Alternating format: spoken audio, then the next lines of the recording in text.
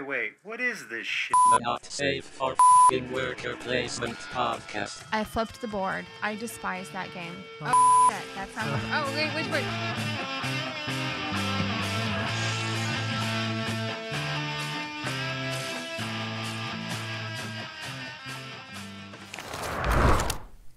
G'day mates, my name is Ben, and this beautiful Sheila next to me is... Leandra. Oh, I thought her name was Sheila when we met. Oh, I was greatly disappointed to learn the truth. And welcome to the Not Safe for Worker Placement podcast, how to play video of Scoffton, an Australian board game. That's right. Australia is known for many strange and unique things, like animals that can be found nowhere else in the world. Some cute and cuddly. Others terrible and deadly.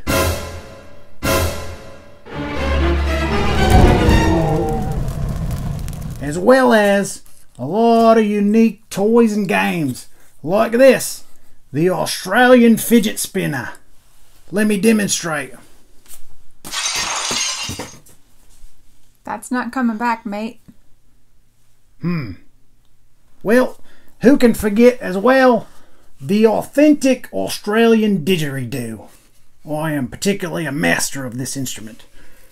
More like didgeridoo. Alright then. Well, who can forget the Australian frat boys' favourite exported beer? Foster's.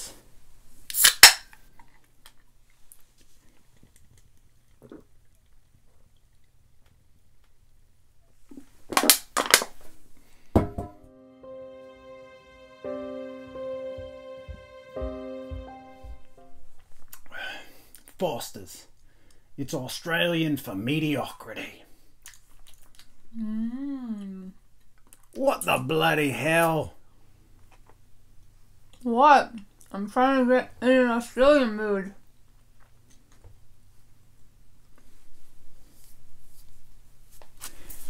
Leandra, we said we weren't going to make any obvious hacky Australian jokes.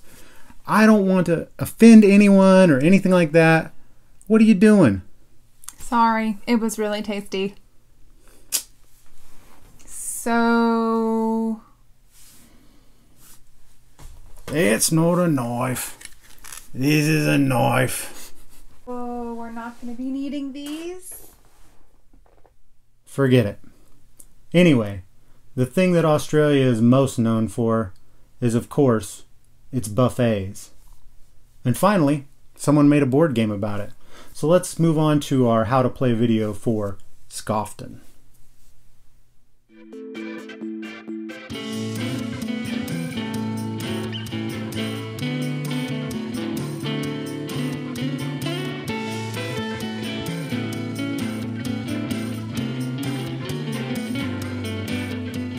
Alright, now we've got our board all set up to play a game of Scoffton. And here's all we've done. So we've taken our different types of tokens that we have here. You'll see there are several different types. There is your main buffet food right here, which has pips to show its value for money points on it. You'll put a stack of 3 of random types on all 6 spots in the middle of the buffet. And then you will put the remainders shuffled up here in the kitchen area. You do the same with the desserts, stacks of 3 randomly here, one of them over here that's left over. Potato salad and salad bar area, same thing right there. That's your kitchen spot for that. So you have a kitchen area which will be used to replenish the different foods and stuff when they run low. And then you've got your ice cream machine here. All the ice cream tokens go there. All the bread and soup tokens go there. They're all the same, by the way, so they don't need to be shuffled or anything. Here you've got your coffee dispenser, all the same. And then you've got your claw machine right here. You just take that deck, shuffle it up, lay it to where the art matches up nicely with the board. You've got your claw machine there. Then there's your lost and found area. You shuffle that deck, lay out 4 cards or 3. This is a setup for 2 players, so we have 3 cards for a 2-player setup, 4 cards for 3 and 4 players. lay those out and put your deck next to that. You've got your value for money tokens over here ready to go when you score points. Then you've got your management deck right up there. That's shuffled up prior to the game, and that will come out in phase 2. And then we've got our personal boards. These are our belly boards, right? So teal player here has his belly board with teal seat, got his table, and then his stomach. Some sort of cow hybrid, has multiple stomachs. I guess this is his large intestine or whatever. But that is what's known as your dessert belly.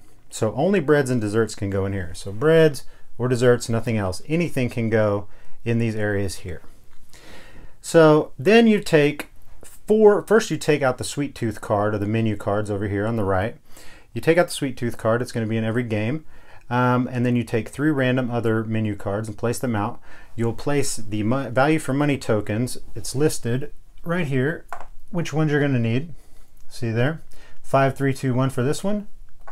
You place those tokens on there with from highest to lowest, descending values.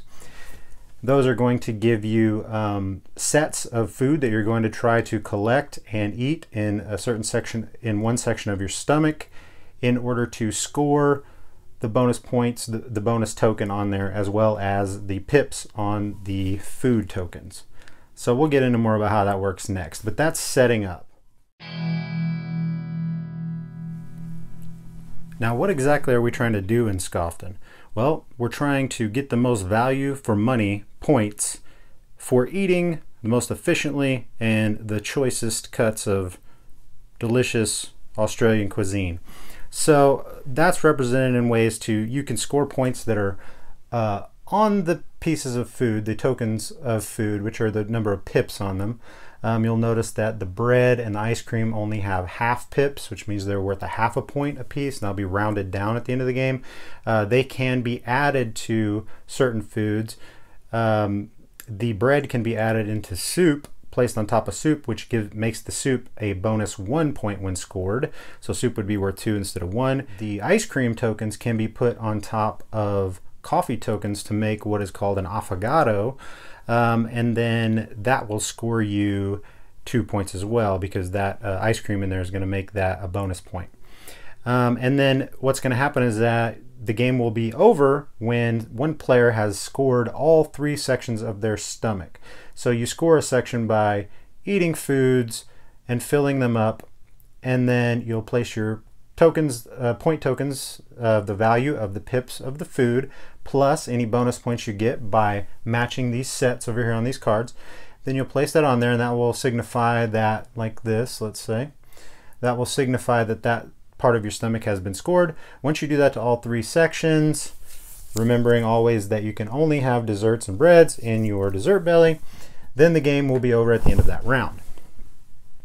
So that's what we're trying to do. Now, how do we go about doing it?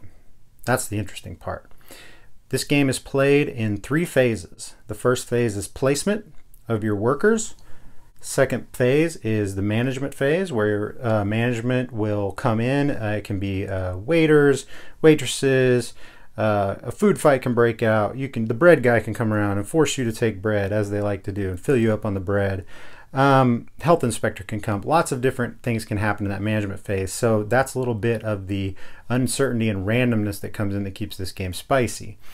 And the third phase is the activation phase, in which you will pick up your workers from the spots that you place them in phase 1 and take the associated actions and or food tokens that you get. So we're going to go over each one of those phases in some detail right now. All right, phase 1 of 3 in any round of Scoffton is the placement phase. In the placement phase, in turn order, we will place down one of our 3 possible diners somewhere onto the restaurant floor, or our personal belly boards, or on the lost and found cards there, possible 3, 4 in a 3+ player game. So I've set up a few things here for examples on this belly board. Blue player has already eaten a couple of prawns, and I'm going to tell you how every one of these spots works, and we'll get more in detail of what happens when they activate in phase 3 activation. So in the placement phase, you would place a worker down. If you place them on any of either the dessert, bread, salad, coffee, or ice cream dispenser, you will take the token corresponding to the spot you're in. In a 2-player game, there's only 1 open spot here. In a 4-player game, there'd be 2. So if I wanted the fruit salad, I would have to place there, but since it is a 2-player game, I could choose either one of those. Blue player is going to go ahead and take the cake because he's a good little boy, and he is shooting for that sweet tooth menu card over there, as well as, you know, nothing goes with your prawns as well as a nice piece of cake. So he places that selected piece of food underneath his diner. Then orange player says she wants to get some ice cream. Comes here, again, places the token under because she's going for that sweet tooth as well, and she knows she wants to get an Affogato first. So then blue player is deciding to go to, he's going to get some soup because he likes soup. Soup is good. Some say the chicken variety is good for the soul, and he might want to get himself some bread later on and put it in that soup and be a real cool guy. But for now, he's going to wait on orange player, who decides to go to the salad bar and get a little bit of this dank Franks. Again, in a 2-player game, by going to that 1 open spot, she can choose either one of those options. Then a blue player says, okay, well, I could either go to reception or I could get some coffee. I don't have any ice cream, so I'm going to go to the buffet, get some more food. He's already got 3 prawns. To finish out that pescavore Fusspot's menu item, he would need 3 prawns and 1 chip. So, I mean, I call them French fries, but I think they call them chips in Australia. So, he's going to go get the chips, right? Places them there. The orange player still has a worker, so orange player has options. Orange player could go to Lost and Found, in which case she would place her worker or diner on any one of those 3, the Lazy Susan, the Tray, or the Magnet. They're all good cards. The Lazy Susan allows you, when activated, to take a piece of food. You pick a direction and you take a piece of food from a player in that direction, but then every player does that. So you're going to get something from someone, but you're going to have someone else is going to get something from you. The Tray allows you to take 2 items from any available stacks on the floor of the kitchen, which is a really good one. The Magnet allows you to flip over claw machine cards until you get a prize, which is a really good one, because the claw machine, if you're anything like me, is a very dangerous proposition. I'm very unlucky at it. Or she could go to the bathroom, in which case she doesn't have anything in her belly, so that wouldn't do her much good. She is going to get some food as well. She's going to go get a T-bone here because she's going paleo. So she puts that under her worker, excuse me. She places that under her diner. And then there are some more spaces here. Let's talk about, you've got the reception where you have 2 options. You can either take first player or you can get the entire restaurant cleaned up. And we'll talk more about that in activation. You can go to the coffee dispenser and take a coffee token. Like we said before, coffee is interesting because it does not take up a plate. Once you activate and bring it over, it's going to go directly to that saucer on your table and not take up spots. There's the claw machine, in which case you're going to push your luck and hope you get something good out of there. But you know, she's going to go and get this T-bone. And then we would be out of workers, right?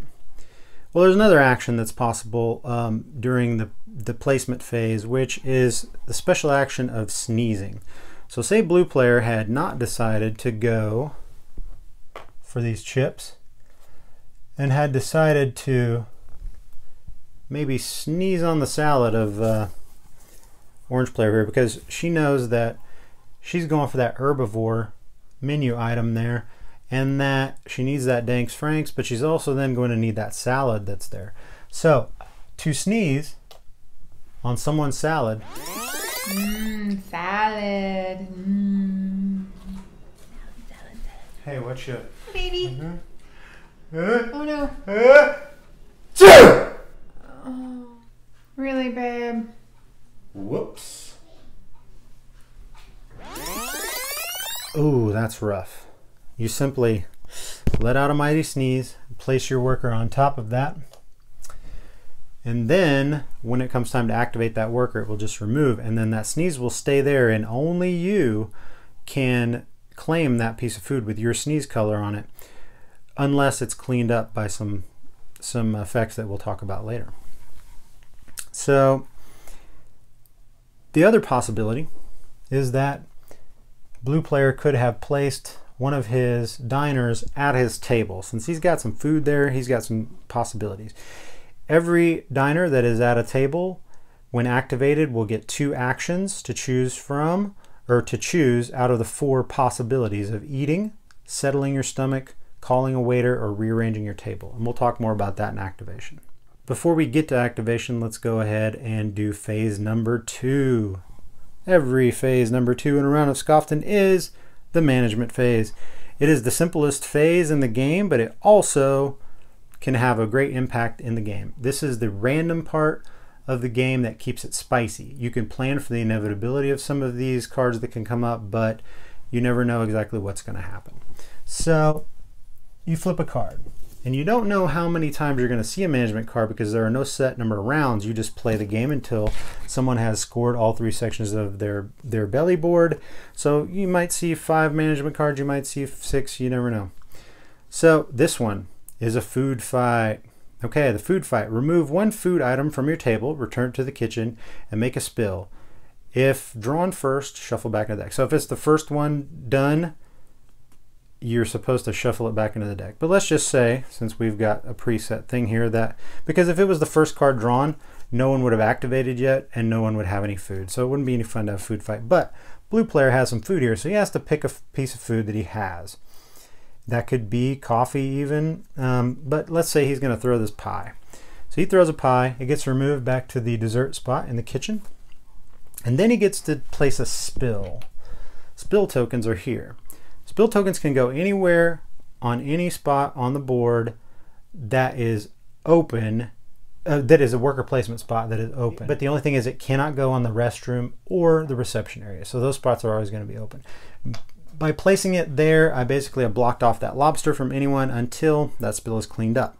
Spills get cleaned up by other management cards, and there might be some lost and found cards that will enable you to clean up some spills, or you can always go to reception and take one of the options that will clean the whole entire restaurant, which we'll talk more about in activation. So that is the management phase. Let's move on to phase 3. Phase 3 in every round of Scoffton is activation. We've been waiting for this. This is the meat of the game. So let's say this is the board state.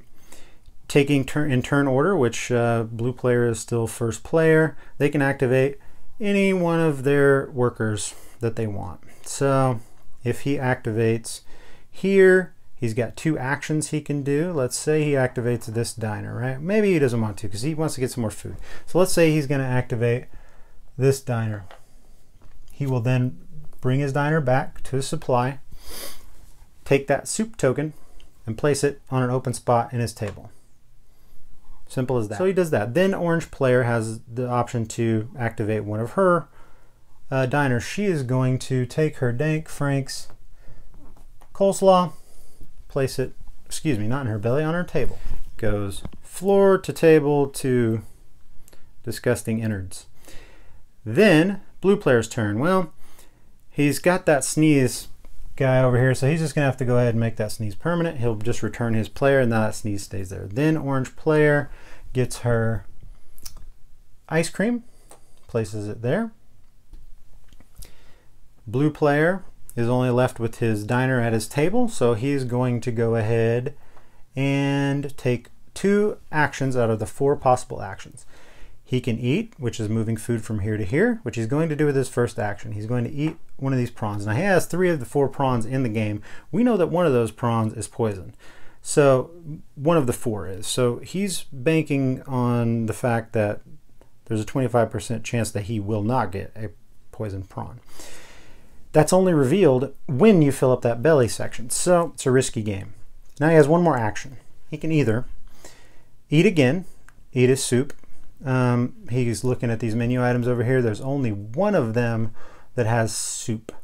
So that's the herbivore. He's not going for that right now. So maybe he wants to settle his stomach, which means he could move one of these prawns over to somewhere else in his stomach section if he wanted to try to make a different dish with the prawns. Say he had some ribs and some chicken or whatever, but he's not going to do that either. But that's settling. And he could call a waitress. Maybe he doesn't know why he got that soup. Maybe that soup seems like a bad idea and he wants to open up some spots. He could call a waitress and get rid of any unwanted food that he didn't want. And it would get placed either in its corresponding spot in the kitchen or back onto the board. So this last one is a Rearranges Table, in which case if he had some bread, let's say he had some bread and it was over here because he had got it at a different time, then he could immediately rearrange it and place that inside of his bread, inside of his soup, thus making his soup worth more when he does decide to eat it. Let's just say there was a worker. Well, Orange is still out here. She can take her T-bone steak, place it on her plate. Okay, now they would be over because they're out. But let's just say that they had a worker on the tray. They would take that card and then they would activate it. Take the top dish from 2 different available stacks back to your table. So then Orange player could take any of these available stacks. The spill is no longer available, the one in front of the spill, so we couldn't have that lobster, but she could take any 2 other things. That should have been on blue player's table. Let's just say she decides, she's got that Affogato, she's got that, she's got Dang Franks. She wants to take this potato salad and put it right there. Okay, so she's got one more she could take. She's going to take, what do you know, just a coffee, because she wants to make that Affogato. Now if she puts a worker down here in a later round, she could rearrange, place that ice cream in that Affogato, move it over here, and boom, she's getting closer to getting that sweet tooth. The other thing is, let's say somebody was at the claw machine. They would just simply flip over the top thing of the claw machine. They would then win a prize, the puzzle cube, 1 value for money point. Then you reshuffle the entire deck. Every time you draw one, you reshuffle the entire deck. What else is there? Let's see. I think that pretty much does it. Now let's just say that during an activation phase, this is when you would end up scoring your belly section. So let's just say that blue player had these chips here, took an eat action to move those French fried chips, as I don't know what they call them in Australia. Right here, now he has filled up a section, which means in a perfect world, he would score that immediately. He would score that 3, 6, 9, 10 points. Plus, he matched the pescaforre on the Fuss Pots menu, so he would take the top one, which should be a 5 here. He would take that 5 as well as the other 10 and score it. But alas, he has prawns. With prawns, you run a risk. When you score a belly with prawns in it, you must flip the prawn token over. Not poisoned. Not poisoned. I feel like Maury Povich right now. Now, this last one, there's a 25% chance that this is not a poisoned prawn. Is it a poisoned prawn? What do you think? Don't do it, babe.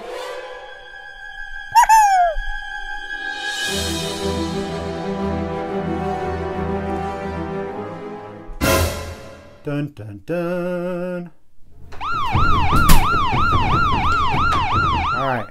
So when that happens, if that happens, you have made a bad decision in Scoffton.